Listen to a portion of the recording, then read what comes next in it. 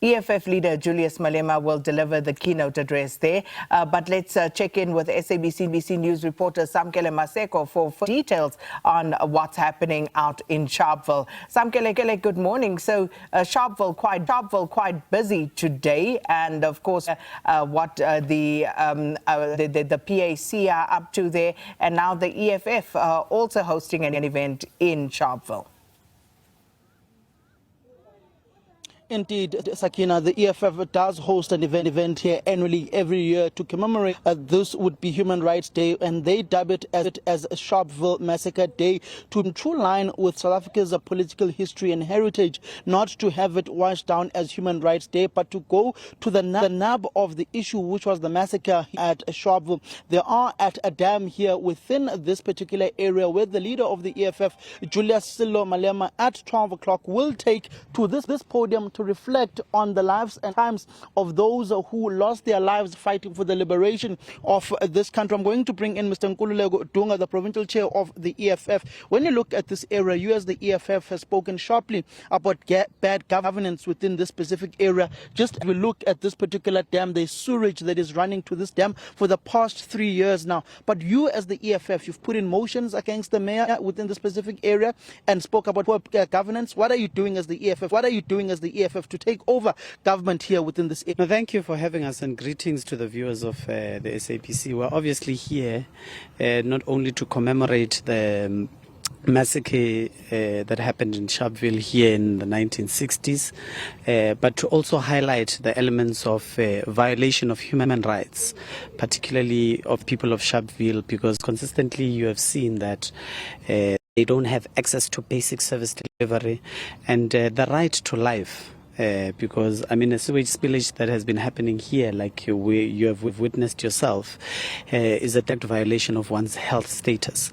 So the EFF has consistently spoken on the removal of the ANC, particularly, which has been at the helm of governance here in Mfuleni and in Sidibeng for the longest of times. In actual fact, just 2 weeks back, we voted against the mayorship of the ANC in both municipalities here in Mfuleni, local municipality, as well as the district in Sidibeng. We keep waging a war, we keep engaging society and the people of Mfuleni, Sebokeng, as far as even Lesedi and Midvaal, to try and make them understand that it's only the economic freedom fighters that are at the center of waging a war to ensure that there is service delivery and proper service delivery that is given towards our people.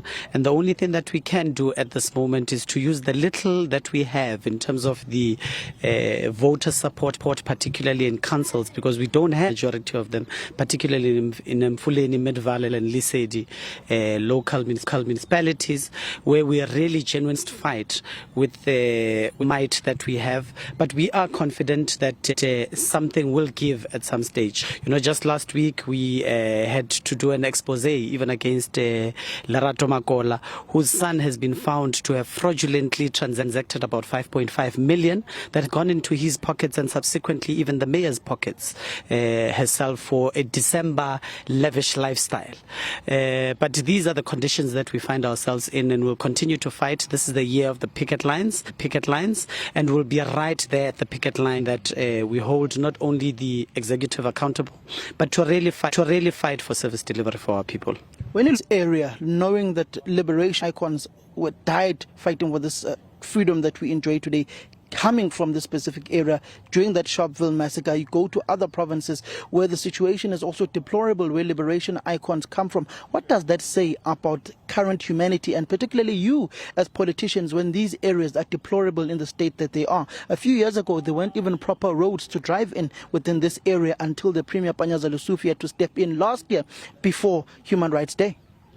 In actual fact, when we're busy engaging in our campaign to engage members of society here, the biggest challenge has always been unemployment, you know. And they attribute that to say the only employment opportunities that they would get would be just a few days before the commemoration in itself, because all government and political parties, I presume, would ascend here and come and engage in political programs. And that's what we got. So there's a high level of neglect. But the high level of neglect of the people of Sharpeville can be attributed to the fact that none of them, in actual fact, were genuine or true members of the ANC in itself, because the ANC has a inward perspective of looking, whereas in they would prioritize their own people, but even in areas where their own people or their own stalwarts or heroes would emanate from, no longer reside in those areas and therefore do not connect with those people. You would find them in suburban areas where they are remotely very far away from the constituencies that made them. And that's in a nutshell what actually happens in particularly areas like this. They were used for people to elevate themselves, and once people are elevated, they tend to forget. So us coming here is a constant reminder, because like even ourselves, we might not come from here, but we've got fighters, we've got public representatives that come from here, and ascending here is a continuous reminder of the struggles that we need to wage, that we need to fight, and we're here to assess the situations, and we'll definitely take that up with the authorities that be, and not just for talking purposes, because Panyaza has a tendency of speaking too much and doing much more less. You know, on paper he would say this, but in actual fact, when you look at the conditions, the changes thereof are very minimal. Are you supporting his budget in the provincial legislature that was spoken about by Lebogang Maile as the MEC of Finance? Are you supporting the Gauteng provincial budget tabled by the MEC, Lebogang Maile? Well, look, we have had our dissatisfactions with certain parts and portions of the budget, but we obviously understand that the most unfortunate part is that in as much as there was a gazetted amount that would have been attributed in terms of appropriation of funds, particularly from a division of revenue at a national level, there has been also massive cuts. So if they can prove to us that there can be revenue enhancement mechanisms that can be attributed towards corrective measures to increase the budget, would have no choice but to ensure that we pass through the budget, because one of the things that the EFF has all municipalities, whether they're part of government or not, is to ensure that there's a stability of a government.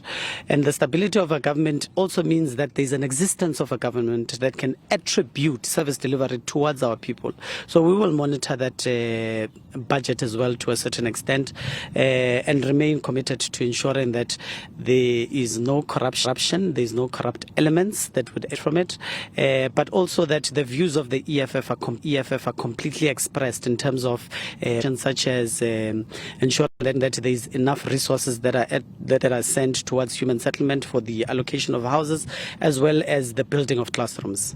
In short, you are supporting the budget provided some of your issues are put into that budget. Knowing that you are consulted, you are supporting that particular budget. That is Nkululeko Otunga, the provincial chair of the EFF. The leader of the EFF, Julus Malema, alongside the top six of the party, will take it to the podium at 6 o'clock. They will arrive at about this morning. Julus Malema will take to the podium at 12 o'clock to address issues of water, lack of water provision within this area, governance failures within this area, and look at how international politics are currently at play, particularly with the standoff between South Africa and the United States of America. Samkele Maseko, thanks so much for that, coming to us from Sharpeville. And we saw Nhlanhla Kgatane in another area of Sharpeville, which will of course be a highlight today, be seeing that this was of course the scene of the 1960 massacre. I'll take a quick break.